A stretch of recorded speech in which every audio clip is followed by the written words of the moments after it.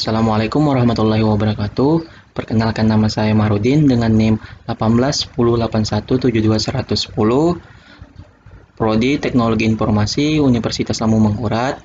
Kali ini saya akan menjelaskan tentang keamanan WLAN, yang mana untuk memenuhi tugas mata kuliah jaringan nirkabel A dari dosen Bapak Andre Fajar Zulkarnain.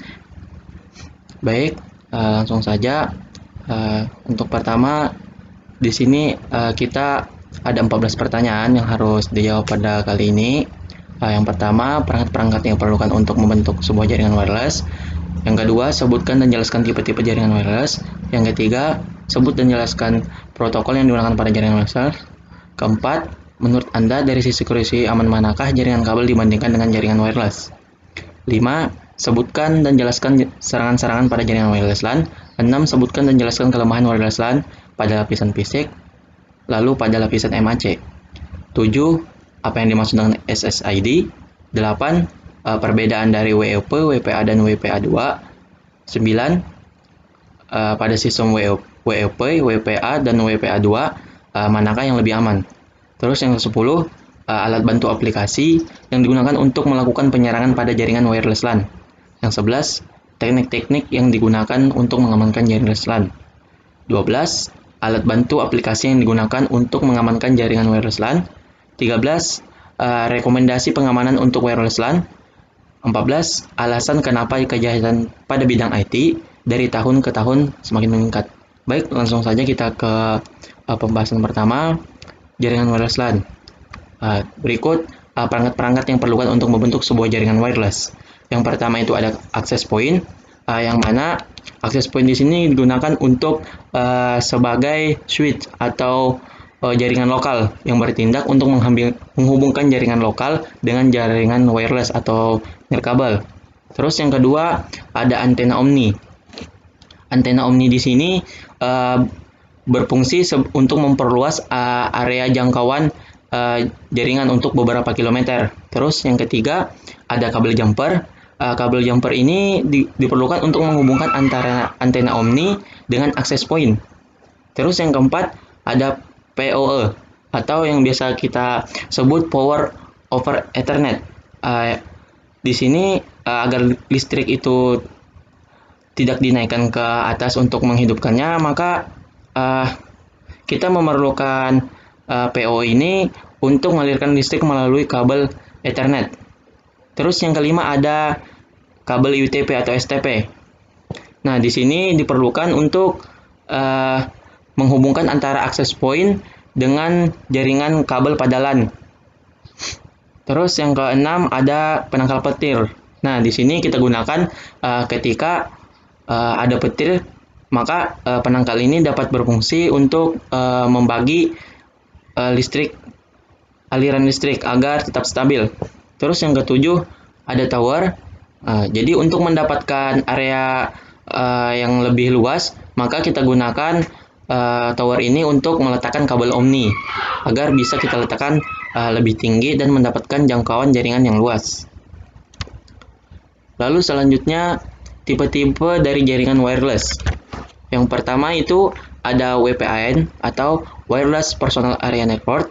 WPAN adalah jaringan nirkabel yang jaraknya cukup pendek, hanya beberapa puluh meter saja, atau low range, dikarenakan menyesuaikan dengan kebutuhan pribadi. Fungsi dari WPAN itu sendiri sama seperti fungsi dari jaringan nirkabel pada umumnya, yaitu untuk menghubungkan perangkat, perihal, atau membuat satu kesatuan dalam komunikasi yang berbasis nirkabel atau tanpa kabel.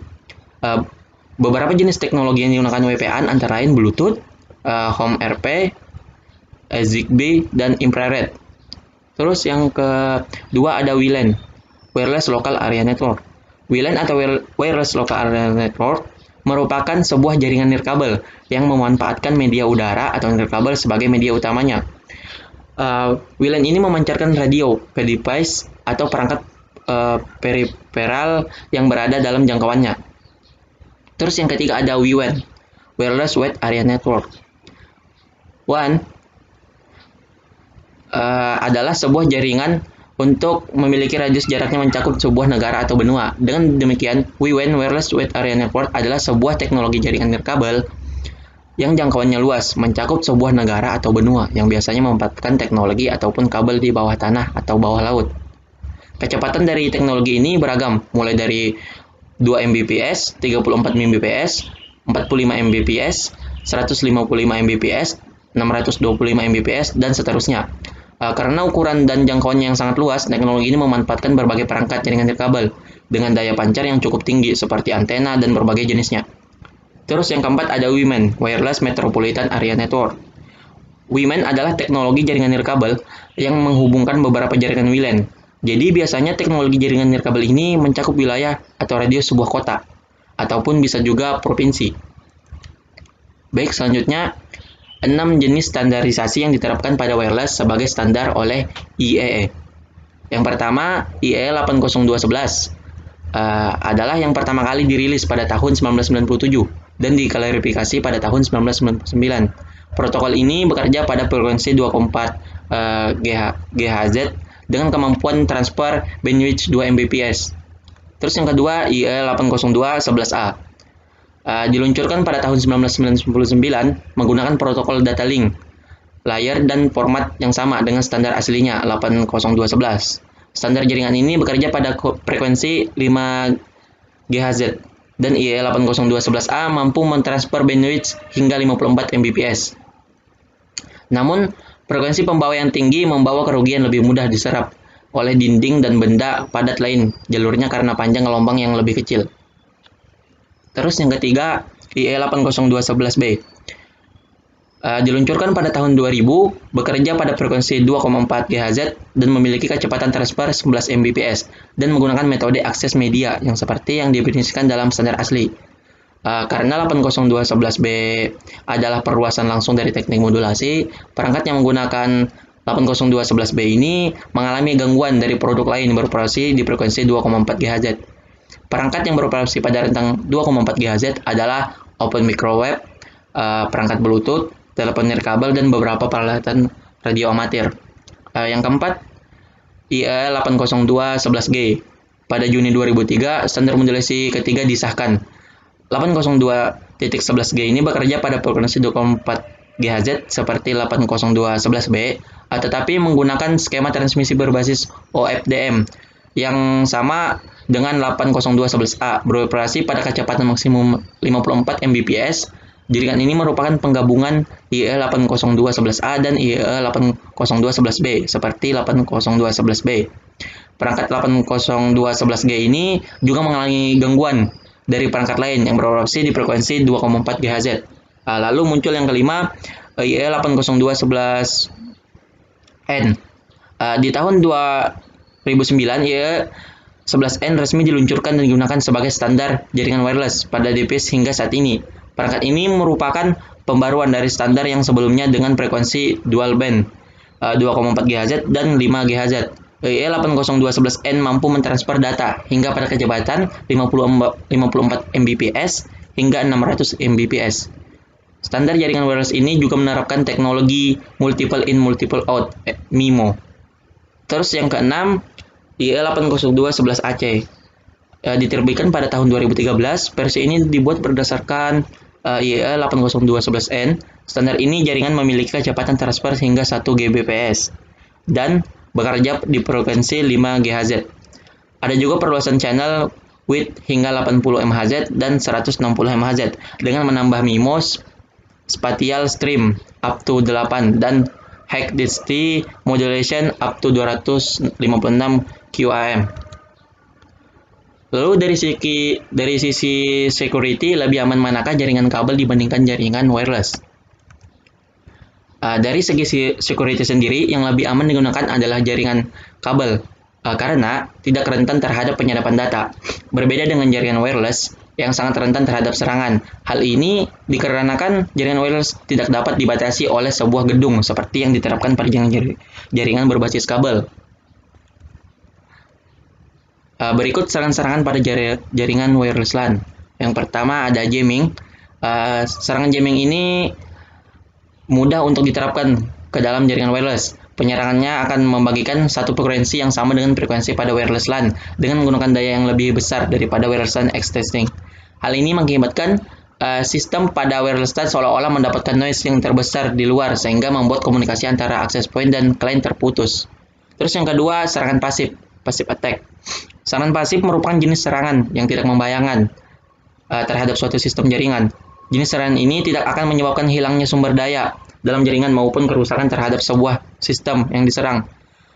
Serangan ini hanya melakukan pengamatan terhadap sumber daya dalam suatu jaringan, seperti memantau lalu lintas jaringan.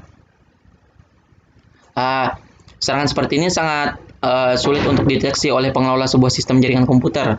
Komunikasi jaringan wireless ini biasanya menggunakan frekuensi gelombang radio umum yang dibebaskan, sehingga dapat diakses oleh siapapun dengan menggunakan perangkat yang kompatibel. Terus yang ketiga, serangan aktif. Jenis serangan aktif attacks ini lebih berbahaya dibanding dengan passive attacks. Penyerangan bertujuan untuk masuk ke jaringan WLAN dan akan berusaha mengambil data atau bahkan merusak jaringan. Penyerangan akan berusaha menembus sistem sampai ke level admin jaringan WLAN sehingga dapat melakukan perubahan konfigurasi seperti seorang admin. Dampak dari serangan jenis ini tidak sebatas pada jaringan wireless LAN saja, namun bisa melebar ke seluruh jaringan. Terus yang keempat, man in the middle attack. Man in the middle attack ini adalah seorang penyerang memotong jalur di tengah antara access point dan klien. Jenis serangan ini mirip dengan serangan pada jaringan berbasis kabel. Dengan menggunakan sebuah program, penyerang dapat memposisikan dirinya berada di antara dua lalu lintas komunikasi data dalam jaringan nirkabel. Kelemahan wireless LAN. Yang pertama pada lapisan fisik. Kelemahan nirkabel pada lapisan fisik ini physical layer menggunakan gelombang radio pada frekuensi milik umum yang bersifat bebas digunakan oleh semua kalangan dengan batasan-batasan tertentu. Setiap WiFi memiliki area jangkauan tertentu tergantung power dan antena yang digunakan. Tidak mudah melakukan pembatasan area yang dijangkau pada WiFi. Hal ini menyebabkan dimungkinkan terjadi aktivitas antara lain. Interruption atau penyadapan. Penyadapan sangat mudah dilakukan dan sudah tidak asing lagi bagi para hacker. Berbagai tools dengan mudah diperoleh di internet. Berbagai teknik kriptografi dapat dibongkar menggunakan tools-tools tersebut. Lalu injection atau injeksi. Pada saat transmisi melalui radio, dimungkinkan dilakukan injeksi karena berbagai kelemahan pada cara kerja WiFi, di mana tidak ada proses validasi siapa saja yang terhubung atau siapa saja memutuskan koneksi saat itu. Terus yang ketiga ada jamming. Jamming sangat dimungkinkan terjadi, baik disengaja maupun tidak disengaja, karena ketidaktahuan pengguna wireless tersebut. Pengaturan penggunaan kanal frekuensi merupakan keharusan agar jamming dapat diminimalisir. Jamming terjadi karena frekuensi yang digunakan cukup sempit, sehingga penggunaan kembali channel sulit dilakukan pada area yang padat jaringan nirkabelnya. Terus, yang kelima, location mobile node. Dengan berbagai software, setiap orang mampu melakukan wireless set survey dan mendapatkan informasi posisi letak setiap WiFi dan beragam konfigurasi masing-masing. Hal ini dapat dilakukan dengan peralatan sederhana seperti PDA atau laptop dengan pendukung GPS sebagai penanda posisi. Terus yang keenam, access control.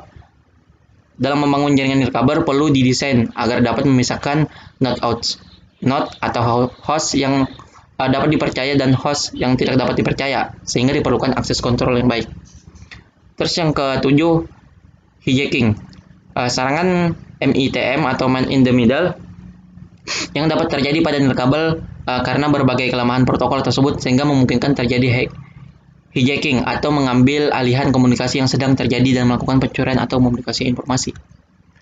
Terus pada lapisan MAC, pada lapisan ini terdapat kelemahan, yakni jika sudah terlalu banyak node atau klien yang menggunakan channel yang sama dengan terhubung pada AP yang sama, maka bandwidth yang mampu dilewatkan akan menurun. Selain itu, MAC address sangat mudah di spoofing, ditiru atau diduplikasi, membuat banyak permasalahan keamanan. Lapisan atau MAC juga digunakan dalam autentikasi dalam implementasi keamanan WiFi berbasis WPA radius 802.1x plus TKIP AES. Lalu selanjutnya kita masuk ke Service Set Identifier SSID. SSID adalah tempat untuk mengisi nama wireless access point yang kita buat atau setting. Setiap wireless point yang dibuat memiliki SSID yang berbeda-beda. Dan biasanya wireless access point-nya di-hidden agar pengguna lain yang tidak dikenal tidak dapat memasuki jaringan tersebut. Lalu perbedaan dari WEP, WPA, dan WPA2. WEP adalah security untuk wireless yang agak lama. Jenis security ini mudah di-crack atau disadap orang luar serta metode pengamanan jaringan kabel atau wireless. WEP menggunakan 64 bit dan 128 bit. WEP hanya boleh memasukkan 0 sampai 9 dan A sampai F heksadesimal. Kebanyakan key bergantung jenis security Anda. Jika 64 bit, Anda kemasukan 10 key dan untuk 128 key Anda kena masukkan 26 key. Tidak boleh kurang dan lebih. Terus yang kedua, WPA adalah security yang lebih update dari WEP. WEP PSK mempunyai description yang ada pada WEP. WPA adalah model kompatibel dengan spesifikasi standar DRAP IE80211i. Adanya WPA yang menggunakan WEP memungkinkan membuat pengguna wireless sedikit lebih tenang karena mempunyai mekanisme enkripsi yang lebih kuat daripada WEP. Mungkin saat ini sudah ada yang mampu memecahkan enkripsi WPA, tetapi mungkin memerlukan waktu yang lama untuk memecahkan enkripsi tersebut. Namun, bukan tidak mungkin, seiring berkembangnya ilmu dan teknologi, satu WPA akan dengan mudah dipecahkan dalam waktu yang lebih cepat. Terus yang ketiga, WPA 2 adalah security terbaru untuk wireless dan lebih bagus dari WPE, WEP, dan WPA PSK. Tetapi masih bisa untuk di-crack atau disadap, tetapi sangat memakan banyak waktu. Dalam WPA 2 PSK ada dua jenis decryption, Advanced Encryption Standard AES dan Temporal Key Integration Protocol TKIP. Banyak kelemahan, oleh itu lebih baik Anda gunakan AES. Panjang key adalah 8-63. Anda boleh memasukkan sama ada 64 heksadesimal atau ASCII seperti biasa. Pada sistem WEP, WPA, WPA 2 manakah yang lebih aman? Jadi menurut saya yang lebih aman digunakan adalah WPA 2. Yang pertama, kenapa demikian? Dari WEP dan WPA 2 ini yang paling baru, security yang paling terbaru, dan yang lebih aman digunakan karena security-nya lebih bagus dibanding WEP dan WPA 2, dan untuk mengcracknya pun lama sehingga lebih aman digunakan. Jadi kemungkinan WPA 2 ini sulit untuk di-crack sehingga lebih aman karena memerlukan waktu yang lama untuk dapat menembusnya. Terus, alat bantu aplikasi yang digunakan untuk melakukan penyerangan pada jaringan wireless LAN. Yang pertama ada NetStumbler, Network Utilities, Regedit, SMAC, Matching, SID Jack atau AirJack, AirCrack, Point 11, COWPA TT, Web Attack, Omnifig, Compure for WP, Cloudcracker, WebPlat, Terms, NetStumbler. Lalu teknik-teknik yang dapat digunakan untuk mengamankan jaringan wireless LAN sebagai berikut. Yang pertama, menyembunyikan SID, menggunakan enkripsi yang kuat, mengganti password, administrator standar, mematikan SSID broadcasting, mematikan access point saat tidak dipakai. Yang keenam, mengimplementasikan fasilitas MAC address. Lalu alat bantu aplikasi yang digunakan untuk mengamankan jaringan wireless LAN yaitu KIMSET, SSID Jack, AirCrack, Point 11, AirCrack Tools, Laptop Analyzer 6, Aeropack NX301, AirScanner Mobile Antivirus Pro, AirScanner Mobile Interceptor, AirScanner Mobile Firewall, Link Parrot, Network Monitor, Hackwell Personal Wireless Security version 2.0. Lalu rekomendasi pengamanan untuk jaringan wireless LAN. Yang pertama, menggunakan password yang kuat dengan mengkombinasikan huruf angka dan secara berkala diganti. Dengan menggunakan password yang kuat, maka pengamanan akan lebih aman. Terus yang kedua, menggunakan keamanan WiFi untuk mencegah para hacker atau cracker yang ingin mencoba masuk ke dalam sistem jaringan. Biasanya untuk menggunakan keamanan WiFi ini bisa menggunakan sebuah aplikasi yang mana aplikasi tersebut dapat mencegah para hacker atau cracker yang ingin mencoba masuk ke dalam sistem jaringan. Terus, yang terakhir, alasan meningkatnya kejahatan IT dari tahun ke tahun. Menurut saya, dengan berkembangnya teknologi, maka memudahkan semua orang untuk melakukan sesuatu hal. Kemudahan yang diberikan dengan adanya teknologi tidak terlepas dari yang namanya kejahatan. Salah satu kejahatan yang memanfaatkan teknologi adalah kejahatan di dunia maya atau biasa kita sebut cybercrime. Alasan meningkatnya kejahatan pada bidang IT dari tahun ke tahun adalah mudahnya setiap orang mempercayai berita-berita palsu, sehingga banyak orang yang memanfaatkan hal tersebut untuk melakukan kejahatan seperti penipuan. Selain itu, bertambahnya pengetahuan seseorang mengenai teknologi, maka semakin memudahkan seseorang dapat melakukan kejahatan dengan memanfaatkan pengetahuannya di bidang teknologi tersebut. Akses internet yang dapat yang tidak terbatas juga merupakan celah di mana para pelaku memanfaatkan untuk mencuri data-data yang mempunyai sistem keamanan yang lemah. Baik, terima kasih. Itu saja presentasi dari saya. Jika ada kekurangan saat penjelasan, saya mohon maaf. Terima kasih. Assalamualaikum warahmatullahi wabarakatuh.